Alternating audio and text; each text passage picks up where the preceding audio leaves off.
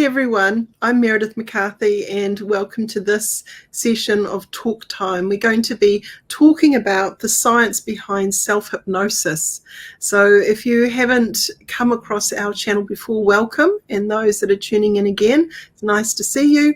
And if you ever have any questions and want to know more about these things, you can always comment in the comments section, and please remember to subscribe and like, so we can really get this information out there to a bigger, broader audience.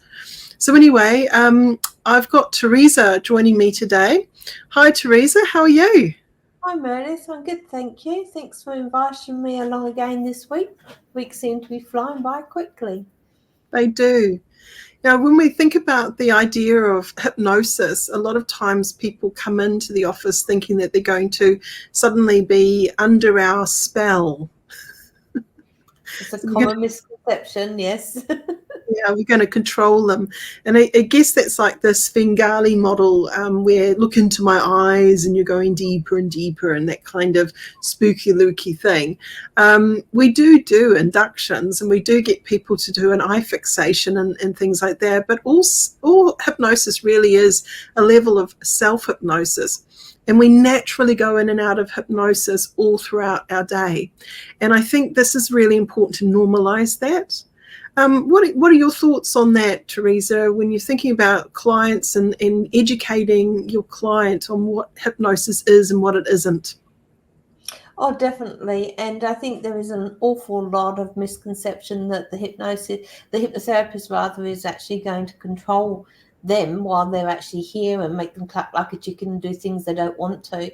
But you will only do what you want to be able to do, even under hypnosis.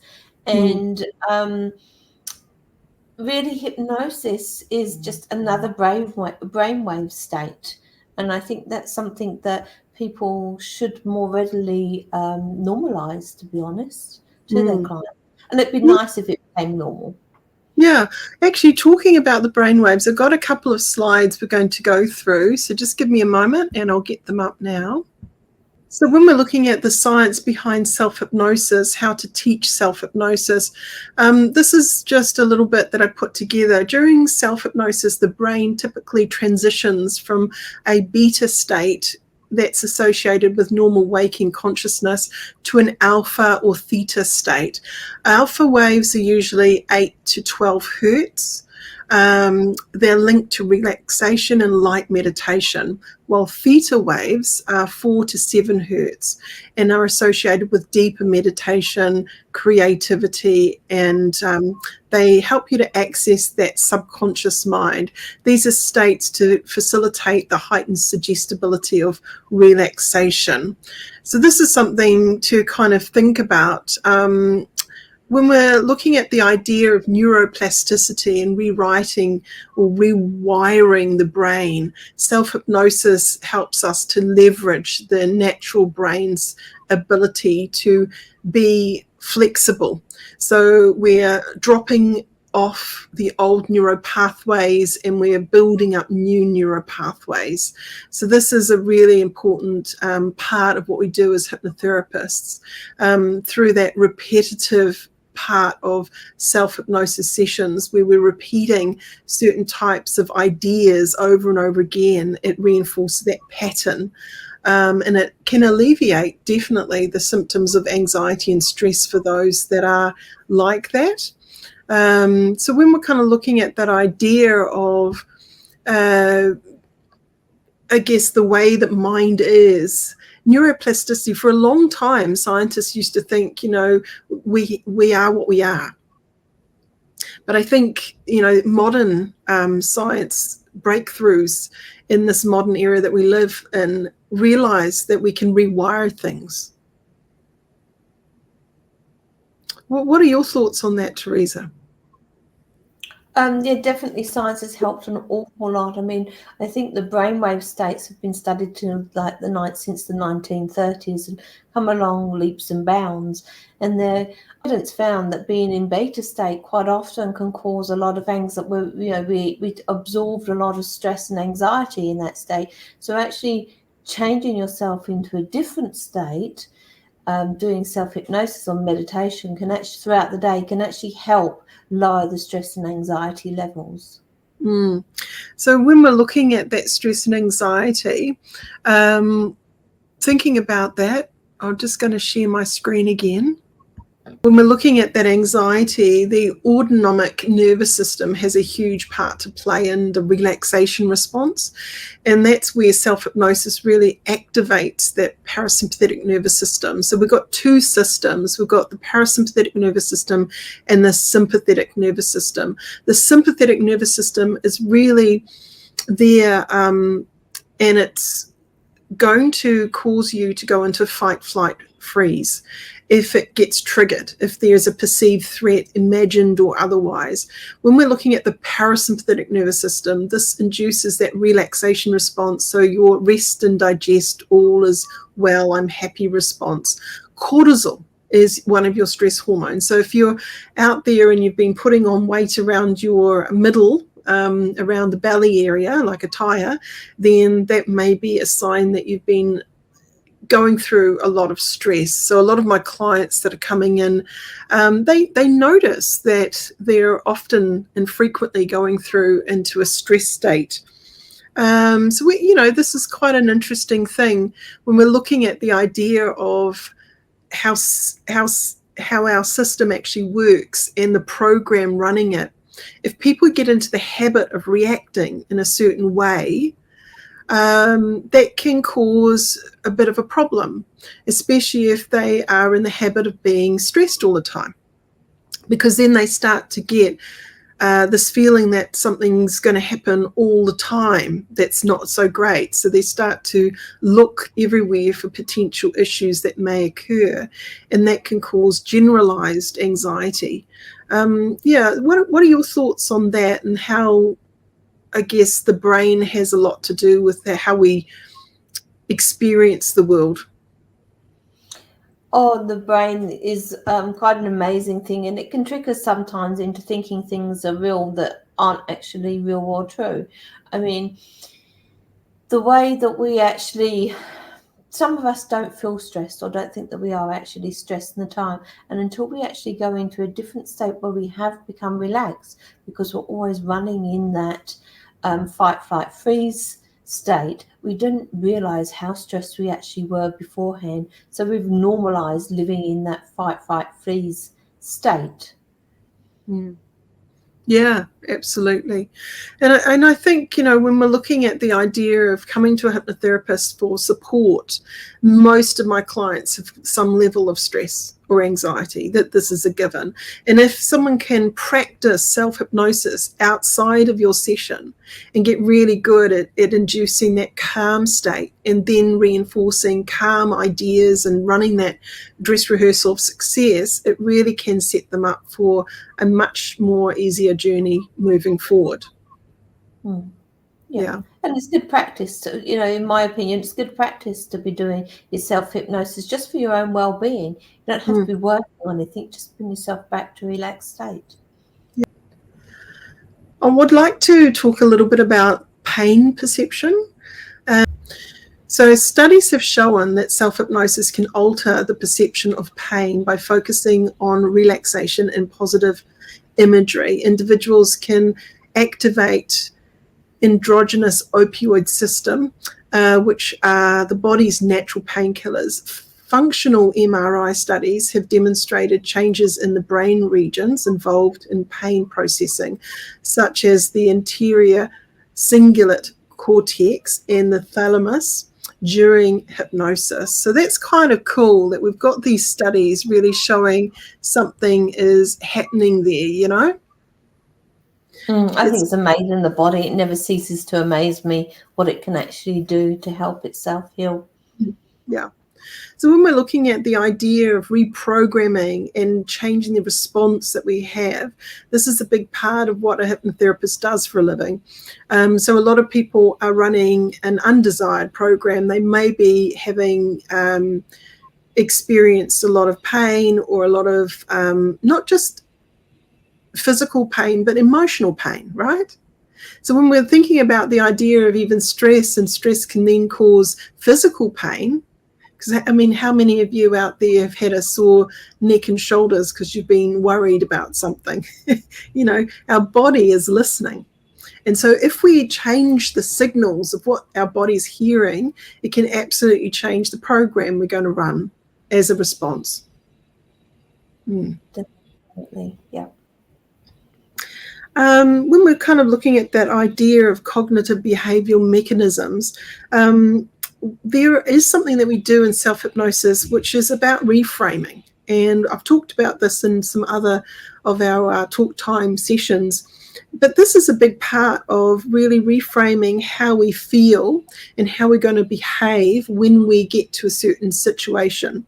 So we want to have those ideas in the mind to reinforce. So a client will be reinforcing, I have the confidence to stand up and do this. I have the ability. I am empowered. I am open to new things. I am a positive, happy person. So these I am statements, they come with behaviors, don't they? They sure do.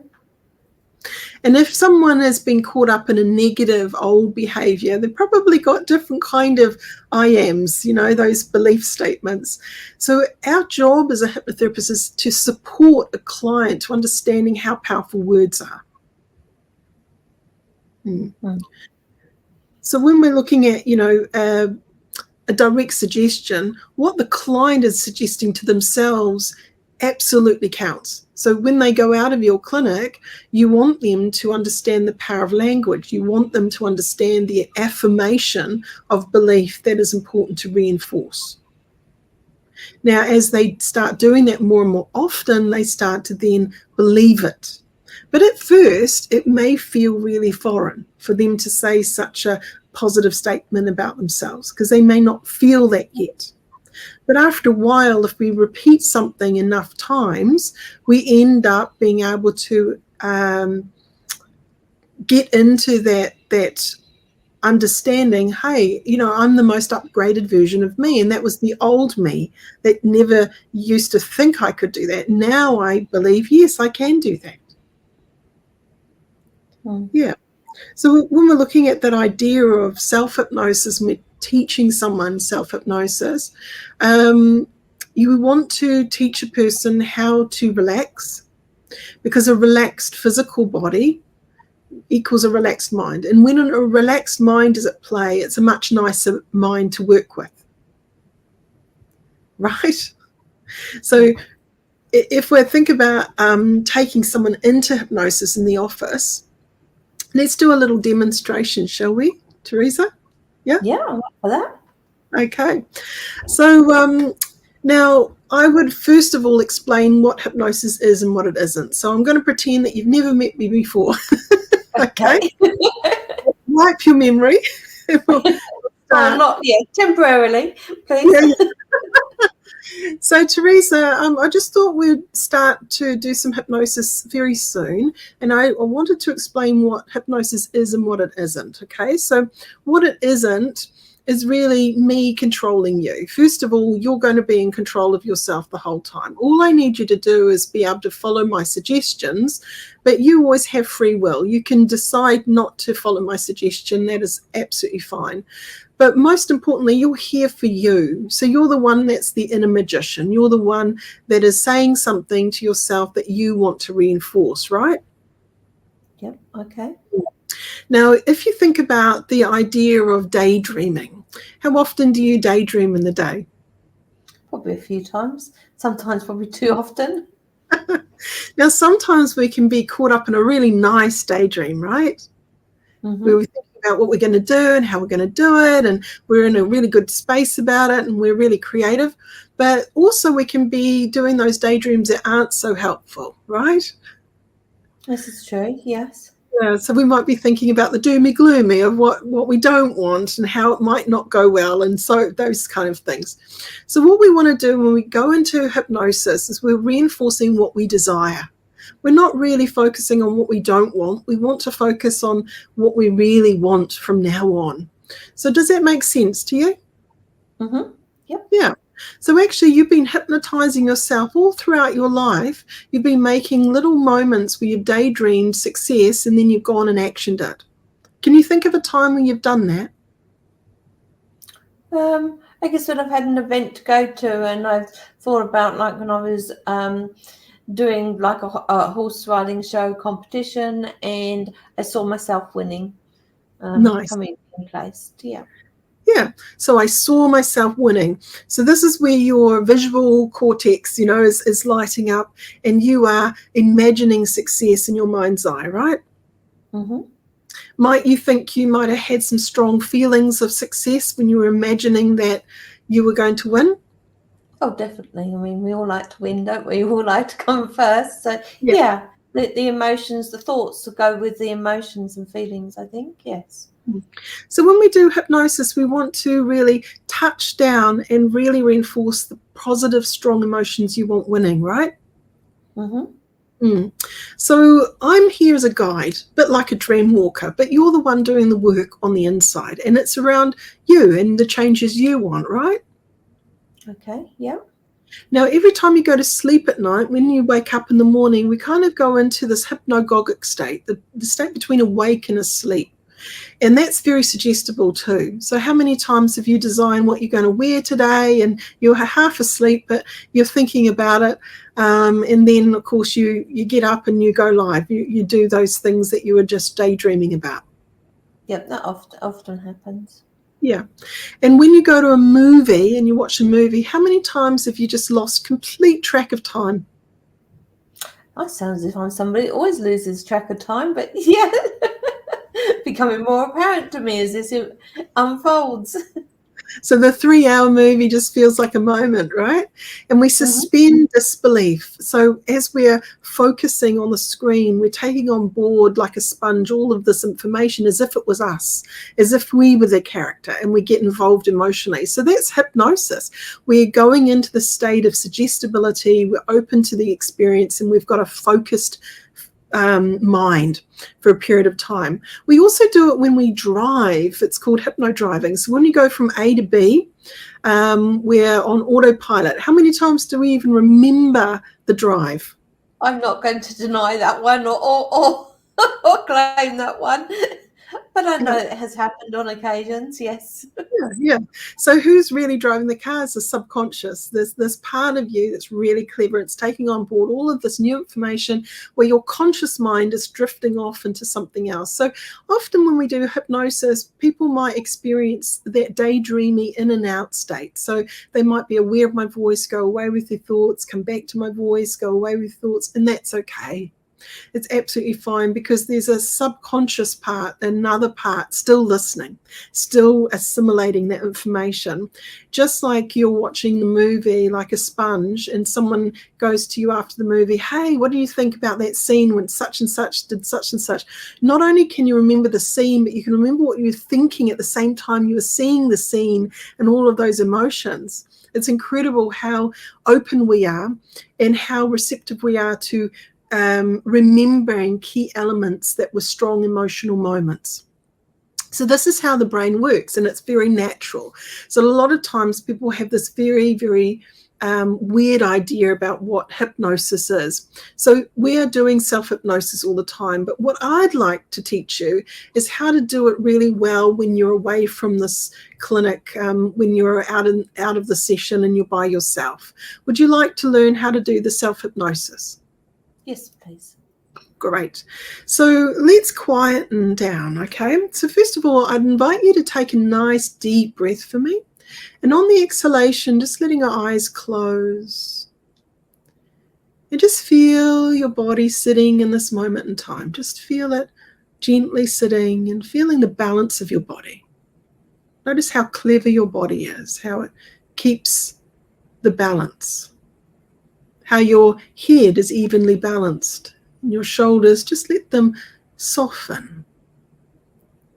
Let your spine be nice and strong as you are in this moment and as you hear the sound of my voice, just feeling the sound of my voice somehow relaxing you into a wonderful state of hypnosis where you're more open to new ideas and thoughts that could be positively transformative.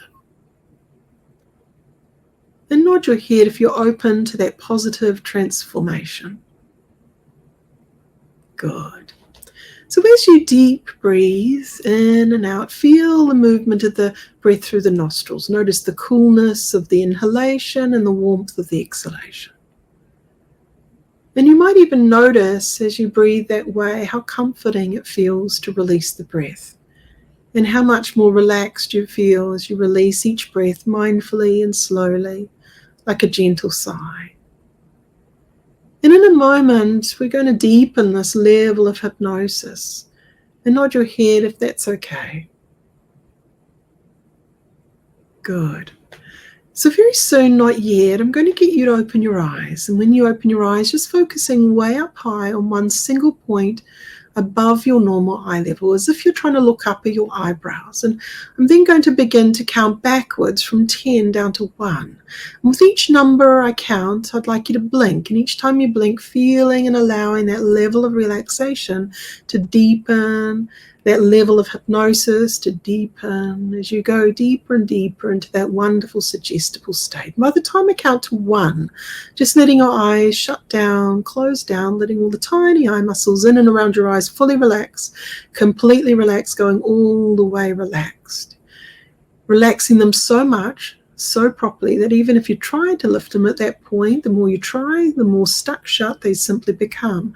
So nod your head if you're ready to have that experience now, going deeper and deeper into hypnosis. Good. So let's begin. Opening your eyes now easily, focusing way up high, focusing way up, just using your eyes, doing all the work. That's it. And as you hear the numbers going down, blinking softly, mindfully, 10. That's right. 9, 8, 7, 6, 5, 4, deeper and deeper, 3, deeper and deeper down, 2, and this final number, you know what to do, 1, just letting those eyes close down, going 10 times more relaxed, 10 times into hypnosis, deeper and deeper, all the way relaxed, so properly relaxed that your eyelids are stuck shut, completely relaxed, so stuck shut, in fact, that even if you try to lift them, the more you try, the more stuck shut they simply become, because you are an expert at relaxing, you're an expert at controlling the level of relaxation you choose to be in, aren't you? That's right. And as you go deeper and deeper, there's a part of you that wants to be your best self. Is that right? Yes. Wants to achieve wonderful goals, both now and the future. And you've got goals, dreams, and aspirations that you could bring to your mind now. And I would like you to imagine that dress rehearsal of success. I would like you to invite that daydreamer within to go into the future and imagine how you'd like it to turn out. What that looks like, sounds like, feels like. Being your best self, achieving those goals. Maybe it might be one specific goal that you can bring to your mind, or it might be a number of goals that you can just segue through in your own wonderful way. Because your mind knows exactly the kind of goals that are important to you.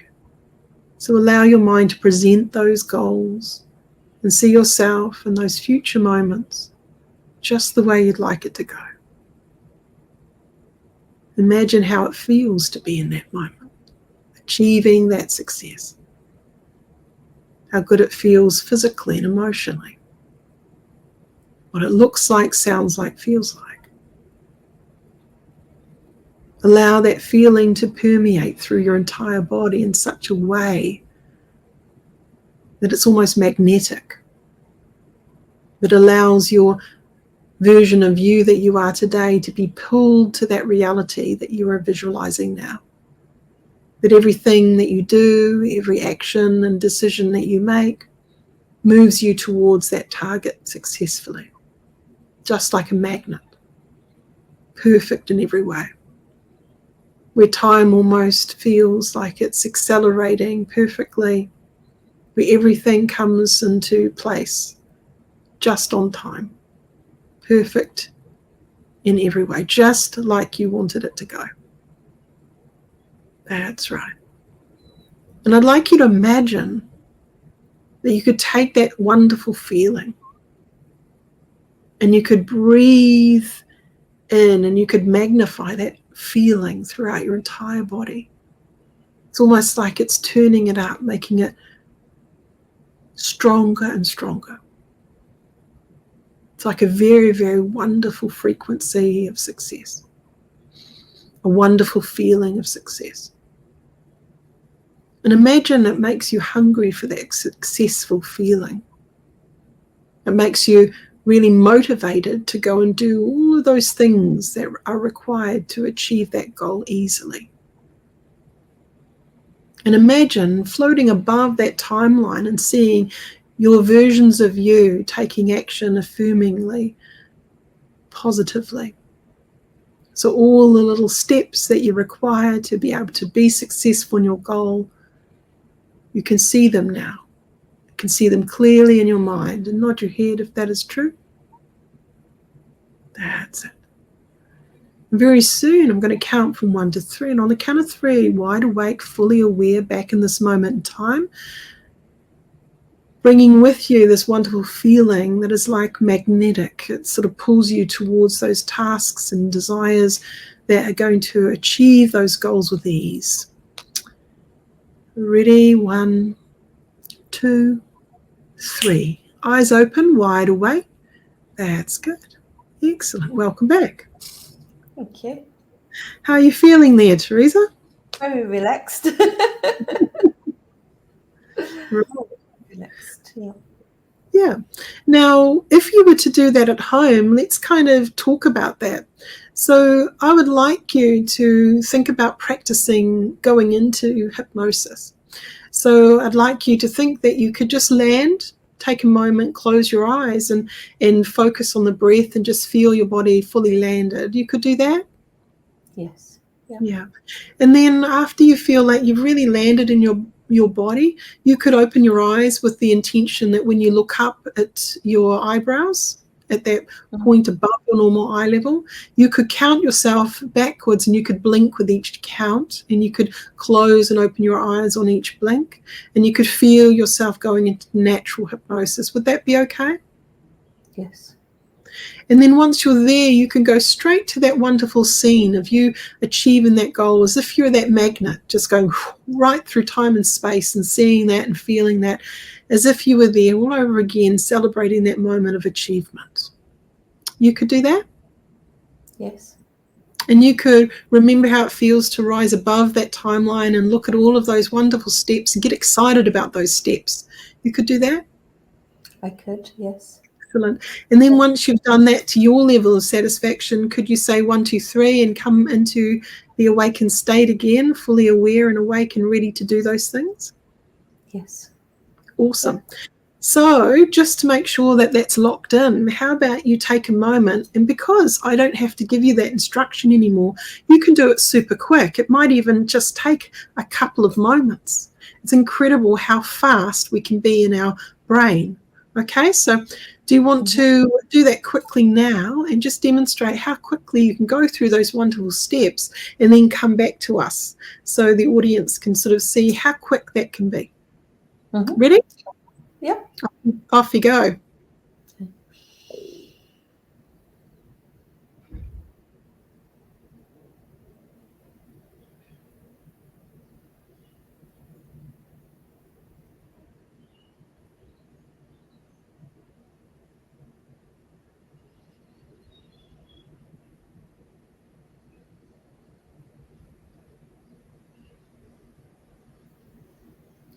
I could stay longer. I know we're being filmed. Lovely. So when we're kind of looking at that, the self-hypnosis isn't complicated, and it doesn't matter what induction technique, whatever, it's just getting that normalization for your client, running them through and having their client feel that they could repeat that later. It's that easy. We're wanting to go into channel happy ever after. We're wanting them to go into their resources. When someone daydreams, it's this quick. It's like they're there for a couple of minutes, but boy, they've done some work in there. And then they get pulled back to getting on with whatever else they need to do in the day, right? It is, and I really do encourage people that are listening to have a go themselves. Pause it if they want to, have a go, then come back to it, because you really will see that it's an amazing feeling and how quickly it can be done. Absolutely. I've got a couple more slides we'll just go through quickly. So we're just talking before about that cognitive reframing. So self-hypnosis allows individuals to reframe negative thoughts and beliefs.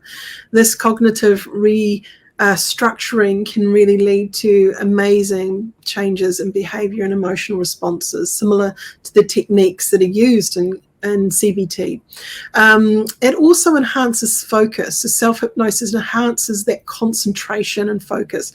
Just like I used the demonstration of watching a movie and you sort of move your focus towards that. It really does help you to get hold of all of those positive affirmations of being, so I am powerful, I am confident, etc. So the placebo effect, I wanted to talk about that too. So the expectancy of belief. Every day in every way, I'm getting better and better. Emile Coué, he was someone who really did influence this understanding of placebo effect. You might want to look that up. I'm not going to go too much into history right now, but a lot of modern hypnotherapy uses this kind of idea of belief. And if you say every day, in every way, you're going to feel this feeling of success more and more often. You're going to notice the wonderful, lovely things. Now, that's an incredible asset to your mind to then be able to go treasure hunting and find those things and have those positive experiences. So that placebo effect is huge. I really, that's a key part of what we do as hypnotherapists. And again, the psychological benefits, stress reduction is high up there, and self-empowerment. These are two core things that hypnotherapy does. These are some of the supporting studies that have been around. So if anyone wanted to find those, I will put it in the link. I'll put it in the description below in the YouTube. So if you want to look at those more carefully, you can. So in conclusion, self-hypnosis is this wonderful, grounded, scientific understanding of how the brain works and how when we change the brain waves, that neuroplasticity can be easily accessed, and it can assist that person to reframe those core beliefs. So it is really, really powerful when we're looking at that idea of why people come in to a hypnotherapist. It's a wide variety of issues that they present. And it's something that's quick and easy to teach to your clients, and it's a huge benefit, or in my opinion, it has a huge benefit to their well-being that they can use for years to come. Yeah, absolutely. So look, if you want to learn more about hypnotherapy and becoming a clinical hypnotherapist, I do train. It's a 18-module journey, and it is online, and we have real classes in, like this, where you get to talk and I get to demonstrate and you get to go and play and I can see what you're up to and things like that. It is quite a great way of learning for people who find it hard to travel and people who are in full-time employment. So, you can then just take a little bit of time and tune in, work through the modules, come out the other side into an amazing, incredible career. It's so rewarding being a hypnotherapist. I couldn't imagine any other career, to be fair, that would give me as much joy as this one has. No, and I just want to expand on that. Not all the learning is face-to-face live online. There's also modules to read and videos to watch and stuff like that. So a lot of that time you can do yourself. You don't have to designate a set time that, you know, perhaps doesn't fit in with your schedule. So it's a very flexible way of learning too. Mm. So look, if you'd like to find that out, visit the website www.nzach.ac.nz.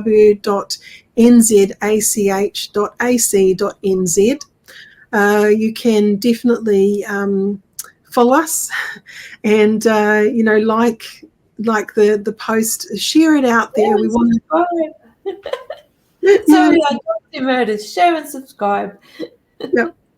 So look, we want to get it out there to people. I'm passionate about teaching people how to do things, and make it as simple as I can, to be fair, because it doesn't have to be overly complex. I think these understandings are solid.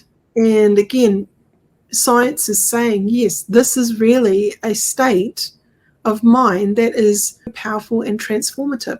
So look, hope to see you all next week. We will be back again. Every week we do these talk times. And thank you again, Teresa, for your time. Is there anything else you'd like to share out there? Just if you want any want some advice or us to talk on any particular topic, then do drop a comment below and we're happy to look into that for you. Like, share, subscribe and tune in next week. And thanks for inviting me, Meredith. My pleasure. Bye. Bye-bye.